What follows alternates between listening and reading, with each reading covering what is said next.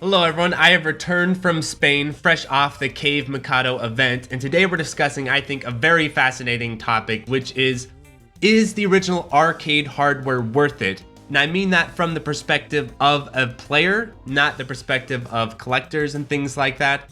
I'm asking if you are a dedicated player to a game, let's say Danmaku or Mushihime-sama, is it worth it for you to buy the original arcade PCBs and eventually play the games in that fashion versus the methods that we typically play them today, which is unofficial emulation, official emulation, and ports of the past? Because for those not in the know, at the CAVE Mikado event, they had pretty much every single CAVE arcade PCB there.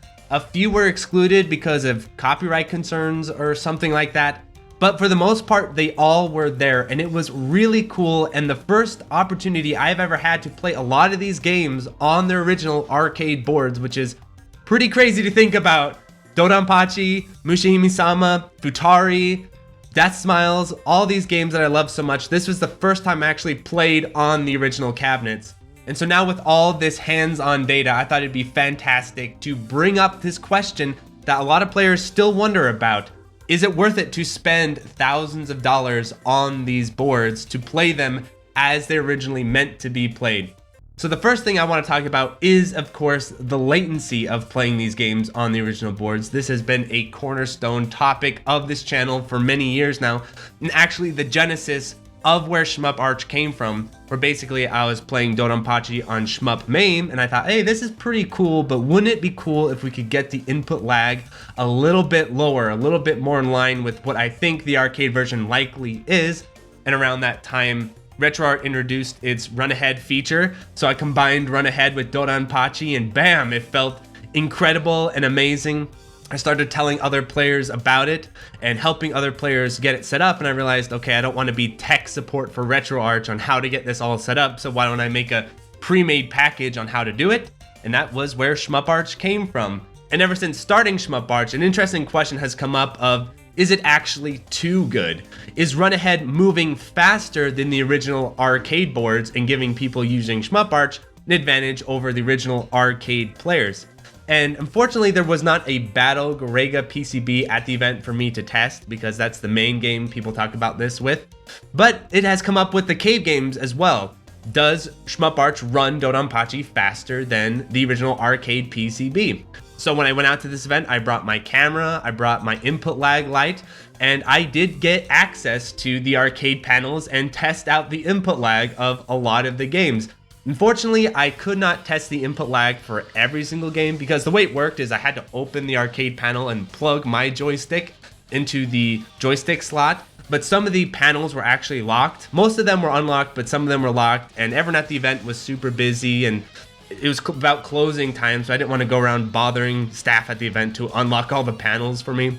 But I was able to get into a lot of them. So I got into Danmaku, DOJ, Death Smiles, Mushihime-sama, Futari, SDOJ, DFK, and maybe another one or two, but I got hold of basically the entire spectrum of CAVE hardware to test out the input lag on.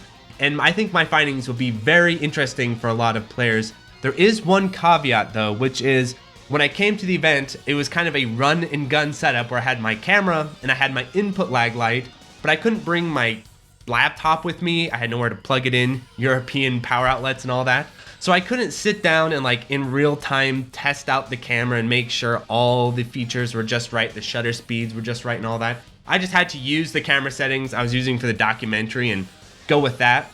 And because the input lag of the arcade boards is so low, I actually can't say with 100% confidence how low the lag is, because basically the way my method works is it's really good at parsing out medium to high input lag differences, but when you start getting really, really low, you need a much more precise method of measuring the input lag, kind of like measuring grains of sand with a teaspoon. A teaspoon is pretty precise, but when you're getting down to something that low, a teaspoon might be too big to measure out the grains. It's kind of like that. So basically, when I went ahead and tested all the arcade boards, my camera was seeing it at 1 frame of input lag. There could be a margin of error there where it could be either 1 or 2, but my camera was seeing it at 1 frame of lag, which is crazy. And the only time I've ever got something that low was when I had all these crazy settings on my PC and I was going directly into a CRT monitor. I was able to get 1 frame of lag using that. But for the most part, with most PC ports and even using run ahead, usually you get at the end of it about 2 frames of input lag. And the reason why is because you got to send your signal into your arcade PCB. Your arcade PCB needs to interpret it, and then it needs to send that signal into your USB jack, and then your computer needs to interpret that through its USB, and then pass it on into the program, and then the program needs to interpret it once again, even with run ahead, to the computer. Now that's a pretty fast process, but in my opinion, it probably introduces about a frame or half a frame of lag, all things considered. Whereas on the original arcade board, at least from what I could tell, I don't think there's any sort of buffering with the inputs going on. They are just electrically hardwired right into that board. So when you hit left, it's just an electric signal hitting the PCB and saying, we're left now. You hit right, same thing. Because when I was testing across all the boards, across all the arcade games, including SDOJ, I kept seeing the same result. 1 frame. It was incredible. It actually made me realize how much our perceptions of these games are actually influenced by the quality of their ports, because of course the 360 port of SDOJ is so laggy and crappy, a lot of us just kind of assume, well, SDOJ must be a laggy game, right? It must be laggy because the port's laggy. Same thing with Pink Suite, same thing with Ibarra, same thing with all these other kind of laggy 360 ports. But it turns out no, at least from the testing I did, all these games seem to have responded at the same amount, which was 1 frame. Death Smiles as well, Futari, Mushimi-sama. And it was actually pretty incredible because having played Mushimi-sama all these years on the Steam port and 360 port, it actually took some adjusting on my part to get used to the low latency of the dodging, where I was dodging too early and hitting things because I wasn't used to the low input lag for those games. Funny enough though, the game that felt the most familiar, that felt the most like how I play it, was Dodonpachi, which makes sense because Retroarch runs Dodonpachi incredibly fast. Same thing with DOJ and Ketsui, and those felt pretty similar to the way the arcade machines felt. So I think that goes to show that the idea, just because MAME might be a little bit laggy or these ports might be a little bit laggy, that doesn't mean the actual arcade versions of these games are laggy, at least when it comes to inputs. So yeah, it would be fascinating to see how responsive Battle Garega is on PCB. Unfortunately, it wasn't there. But for the CAVE games, this whole concern that you're playing too fast when it comes to input lag, I don't think that's a thing. And so then the second area of analysis that I was really curious about is the slowdown accuracy of these games versus the versions that we have available now. And it's a pretty similar situation. So when it came to playing Dodonpachi, Ketsui, DOJ, these earlier CAVE games, it felt like the slowdown that I was seeing on the arcade PCBs lined up pretty dang well with the slowdown that I was seeing on Retroarch or MAME for these games. They seemed pretty compatible. Nothing was jumping out at me when I was playing Dodonpachi on the arcade machine. The one thing about Dodonpachi on the arcade machine that did surprise me is that it has more sprite flickering than it does on MAME or on Retroarch. So there'd be times where stuff would blow up and the sprites would flicker like an NES. I was like, holy crap, I've never seen that before. But yeah, the earlier CAVE games, DDP, DOJ, Ketsui, they all felt pretty dang familiar. However, when I started playing Mushi, and it's actually Mushi that I played the most at the event, not DDP, it was a big difference, and I was actually really surprised. Same thing with Death Smiles. So the 360 version of Mushihime-sama and Death Smiles, from what I've heard, were pretty dang accurate to the PCBs. That was my initial impression and sort of just the baseline understanding. However, playing the original PCBs, especially Mushihime-sama, I realized, oh no, this game feels very different on the arcade board compared to the 360 Steam versions that we all know and play so much. The slowdown was quite a bit different. The bullet patterns and the bullet shapes actually seemed a little bit different. It was quite a different experience. So for example, when I was preparing for the event, I was playing on the 360 version of Mushihime-sama, and I was doing my best to simulate the environment of playing on the arcade board. And I was feeling pretty dang confident coming into the event, like, oh, I was getting like 1 miss, 2 miss clears of Mushihime-sama on Maniac mode on the Xbox 360. I came to the event and played on the original arcade PCB.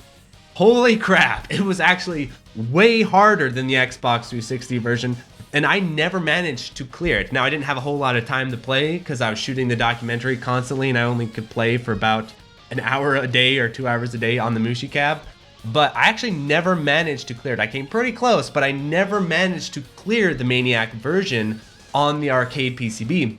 And the big reason for that was the difference in the slowdown, because a lot of the patterns that you get a nice little juicy slowdown for on the 360 version, they absolutely just fly at you full speed on the CAVE version. Also, it felt like the hitboxes were a little bit different for some of the bullets, and some of the bullets looked different. So overall, I was actually really surprised how different the arcade version of Mushi-Hime-sama is compared to the 360 version. It actually made me curious to investigate the PS2 version of Mushi-Hime-sama a little bit more. And this is actually a trend that I noticed across pretty much all the later CAVE games. So the earlier ones, the emulation for them seems really solid, and it seems pretty equivalent.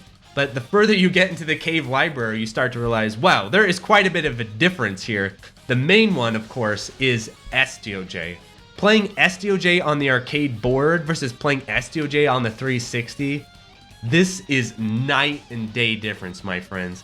Even playing it on low latency MAME, which is more responsive than the 360 port, even that version feels way more laggy than playing it on the arcade PCB. The arcade PCB is incredibly responsive, at least in comparison. Playing the game on the arcade PCB gives it a really different vibe than playing it on the laggier 360 versions. And so that is definitely one board that feels incredibly different on the arcade. Another one was Ibarra, because that seemed really different. I've played Ibarra on PS2, and I've played Ibarra on MAME, low latency, and both of those versions can be pretty fun, but both of them have their issues. So the PS2 version seems a little bit laggy, and then also there's something weird going on with the visuals of the PS2 version where I don't know what there's interlacing, or it just looks like hell on the PS2 basically. Then you can play it on MAME, and the visuals don't look as crappy on MAME, but MAME feels very sluggish and chunky and kind of like, ugh. But playing Ibarra on the arcade PCB, it's not like playing Garega. So Garega is kind of known for being a little bit laggy and non-responsive, so you kind of think, oh, maybe Ibarra is similar. No, Ibarra on the PCB is very responsive because, yeah, it doesn't have those same issues. It also looks way better on the PCB than it does on the PS2 or even in MAME, maybe. It just looks a lot better for whatever reason. So that was another one that really stood out to me. It's like, oh, the arcade PCB here could be something really, really cool. And that brings us to the third criteria I want to talk about, which is the way the games look. So the games do have a different look to them when you are playing them on arcade cabinets, on big old CRT monitors, even compared to playing them on CRT monitors at home, because for those who don't know, I mostly play shmups on a CRT PC monitor or a big giant Sony Trinitron. And so I thought coming to this event, I'm gonna be totally used to playing them on CRT screens because I play them on CRT screens at home all the time. Well, it turns out the way a CRT computer monitor looks is pretty different than the way a CRT arcade monitor works, where when you're playing Donanpachi on a CRT computer monitor, for the most part, it's not that different from playing it on LCD. It's pretty crisp and bright. It's not super big, but it has that nice CRT glow to it. But when you come to playing it on arcade monitors, remember, this is in 240p, and it is a massive screen. It's about the size of my Sony Trinitron, just less curved. It's this massive screen. Because the screen is so big and the signal is so low, you get these really, really big and dark scan lines. And that was something I was not used to at all playing them on the CRT monitors, is how dark the visuals look compared to playing them on CRTs. And in fact, I had a little bit of trouble with it at first, like the final pattern of the stage 3 boss in Mushi-Hime-sama, that spinning pattern. I was having trouble dodging that, not because of it being that different, but because the scan lines were so big and the bullets were so small. Sometimes the edges of the bullets would kind of fade into the scan line. You're like, wait, where's the bullet? It's lost inside the scan line. And so that was a pretty big difference as well. It's something you can get used to. And what I ended up doing by the end of the event is I ended up putting my face right up right up to the monitor as I was playing. You just like would stand during certain patterns and like put your face right on top of that monitor. One thing though that was nice is that when you're playing Donpachi, like on my Trinitron, there's a lot of flashing in that game, and actually after a few hours of white lights flashing, your eyes will start to get sore. But because the arcade monitors are darker, the flashing seems less noticeable. So what I'm getting at is the games have a particular look when they're on the arcade CRT monitors that you can't quite replicate at home. So even if you have a CRT or PVM, the way the games look on the arcade monitors is pretty different in my opinion, so that when you're looking at a cab that you want to buy and maybe put in your home, the first thing I would look at is how good is that monitor, because that monitor is not going to be all that replaceable, at least it seems to me. So with all three criteria now established, the low input lag, the particularity of the slowdown, and then also the way the games look on arcade monitors versus the way they look at home, even on consumer CRTs, what is the final conclusion that I come to? It's actually a bit complicated. It actually depends on a few things. So basically the way it works is the earlier the CAVE game is, in my opinion, the less necessary it is to get the arcade version. For example, Donpachi. Donpachi plays incredibly well in a variety of situations. You can play it really well on MAME, you can play it really well on shmup MAME, you can play it really well on shmup Arch, and it plays really well on the Mister. So you've got 4 different options now to play Donpachi that all are pretty responsive and pretty faithful to the original PCB. So that board, as cool as it is to own, and you can bet I really want to get the Donpachi board at some point, it feels like the least payoff for the board. You get the board and you play it and you're like, oh, this feels pretty familiar. This feels cool. It's cool to see it in its original form, but it feels pretty familiar. But then the formula starts to shift the later you get into the CAVE games. So stuff like Ibarra, even Mushihime-sama, SDOJ. I'm not sure about DFK, I'm not as much of an expert on DFK. I would assume DFK has some differences from the Steam version as well, even maybe Death Smiles. These later CAVE games, it feels like, oh, there's actually more of a benefit to the player for picking up the original arcade versions, just in pure difference from the versions we have available now, whether it's MAME or Retroarch or the official ports. Feels like, no, you are getting something that you're not going to be able to experience exactly as is at home. But the way the formula works is a bit cruel, but it makes sense, which is the more necessary it probably is to get the arcade board, the more expensive that arcade board is going to be. So SDOJ, Ibarra, Mushihime-sama, these boards are not cheap and they are not plentiful or easily available, where ironically you probably can get your hands on a Donpachi board easier, but you're going to get less benefit from that Donpachi board since the game's already pretty well emulated. So it brings up a really interesting philosophical question that I know arcade board owners are not fans of, but it is also probably accurate and true, which is there comes a point where when the arcade board becomes scarce enough and the port becomes more plentiful in its place, that maybe the arcade boards might not be the definitive versions of the games anymore. It sounds crazy, but hear me out. So let's look at Futari. So you can get Futari on the arcade board, but that's going to be insanely expensive. Meanwhile, a lot of people play Futari on the excellent Xbox 360 port. And I do know there is a difference in slowdown between the Xbox 360 version and the original arcade version, where the 360 version, like the original Mushi, has a bit more generous slowdown. But as more and more players are playing that Xbox 360 version and world records are being set on the Xbox 360 version, it kind of begs the question, well, does the arcade version even matter all that much? If everyone is playing Steam Mushihime-sama and 90% of the player base is consuming the game in that form, is it really worth it to get the arcade board, even if the arcade board is different from the port and from the widely commercially available version? It's kind of like a question of critical mass. Let's say you want to get the world record in Futari. Well, for one, you can't really do much with that because Futari has the counter stop on the board, so you kind of have to play the port anyway. So that is one reason why I'm hesitant to recommend people buy the arcade versions of games that even have pretty significant differences, because you're going to be spending thousands of dollars to get Mushihime-sama on the arcade PCB, and that's really cool, and it's really cool to play it that way, but you're kind of on an island by yourself because the arcade business model is coming to the end. Arcades are closing more and more. COVID has accelerated that process, so less players are playing the game on the arcade version in that setting.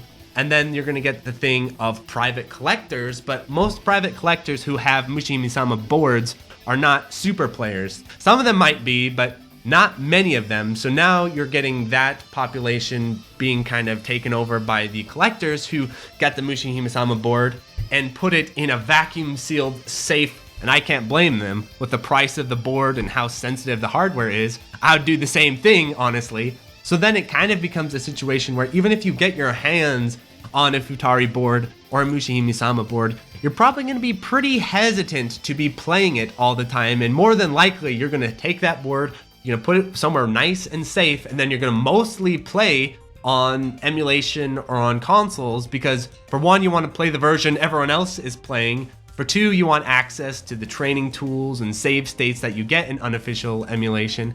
And three, just the risk and danger of moving that board around, using it a bunch, hooking it up, unhooking it becomes too high. And then there's also the point of in time, emulation will just continue to get better and better and better. And actually, from what I have heard, a guy who has access to a lot of these arcade boards, Buffy, has been working really hard with MAME of getting the slowdown settings of these boards more accurate in MAME so that we're no longer doing the CPU blitter thing. And so I'm confident that whether it's Buffy or someone else, someone in the future is going to make the emulation of these boards more and more accurate. And then we have on the other side of things, Retroarch with Run Ahead making the latency lower and lower and lower. And so at some point, we're not quite there yet, but emulation will catch up. You will have Mushihime-sama, just like you played on the PCB, available for you at home through emulation in one fashion or another. Same thing with SDOJ, Futari, Ibarra. I'm confident that will happen at some point. And so in my opinion, no, it is not worth it to buy the original hardware from a player's perspective. It's really cool. It's really awesome. And you could bet if I had my way, I would have a bunch of CAVE PCBs sitting around. I think the original hardware is amazing and awesome. But in terms of actually justifying that purchase from a player's perspective, it's kind of this funny model of, well, the games that are probably the most accessible to you are the ones that you really don't need anyway, because the emulation's really good. And then the ones where the emulation hasn't caught up yet, the boards are insanely expensive. And so you spend $8 grand, $9 grand, whatever it is now on SDOJ, and you have to protect it with your life. And then eventually one point that investment is going to be overtaken by emulation. So the long-term play, in my opinion, is to just wait it out, keep an eye on the emulation scene, let it catch up with the arcade PCBs. And then for the people who have the arcade PCBs, protect them, build little safes and vaults for them to keep them nice and safe, because I think what's really useful about having the arcade PCBs is that they can answer a lot of questions that players might have, where they're working on emulation, they're saying, oh, is this accurate, is that accurate? Let's check with the original arcade PCB, so they can be great reference points.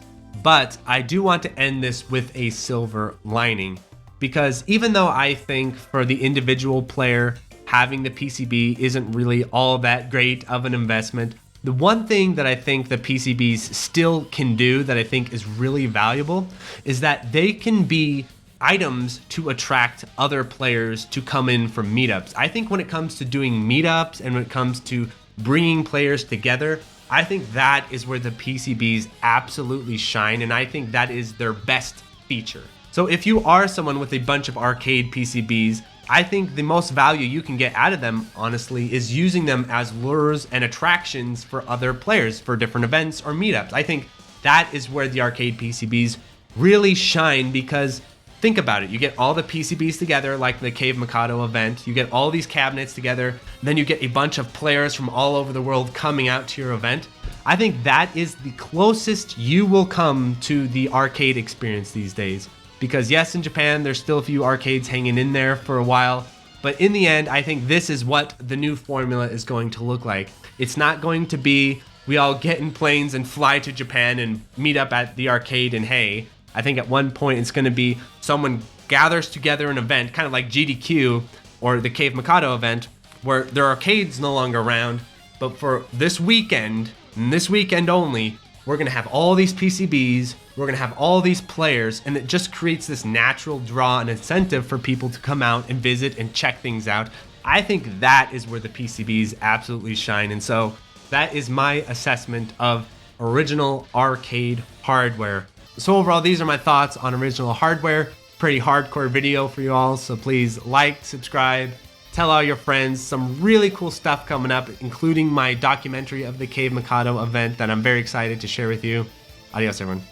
So thank you to the $5 patrons, 100, accepting Panda, Admiral Coconut, Alexander Pfeiffer, Dingo, Another Joe, Anthony A, Aaron Solis, Arrow Viper, Bo, Ben, Beto Dames, Borgie22, Brian Shiver, Chase Palumbo, Chattel Maltese, Chris Yuzufovich, Chronic Burnout 3, Clammy Coyote, Coast, Color Boy, Cooksan666, Cooksome Soup, Corey Mark, Des Audio, Danchi, Darren Griffin, Dave Hansen, Delta Tango 6, Disco Star Slaya, DJ420 Praise It, Eric H, Fanticide, FCK, Francisco, Full Set, Retro Shmupper, Hausu, Jake Ryan, JLab, JBRPG, John Kelly, Game Boy Guru, K, K2, Khalil Reedy, Contain, Kraz the Boys, K Horse, Larridge, Malaise, Matt O'Leary, Maz, Megadeth 859, Minung, Mechalin, Michael Stum, Mitchell Y, Queen Charlene, Nathaniel Davis, Neon Dagger Games, Okla Kukels, Philip Mason, Psycho Blizzard, Rattlecat, Raul, Realskeen, Riff Mason, Rolf015, Sarah, Scanline City, Seesaw STG, Shmup Junkie, Sirapong, Steve Fiction, Street Magic, Superfunk, Hamzarian, Takiro Mucho, The Boot Rex, The Dirty Screech, The N1, The Old Bensta, Tiram, Sugumo, 2YU, Twilight EX, Udakoi Roots, Vic Viper, Waggy Legs, Expect, Boghog, and Utakaya. Thanks for watching.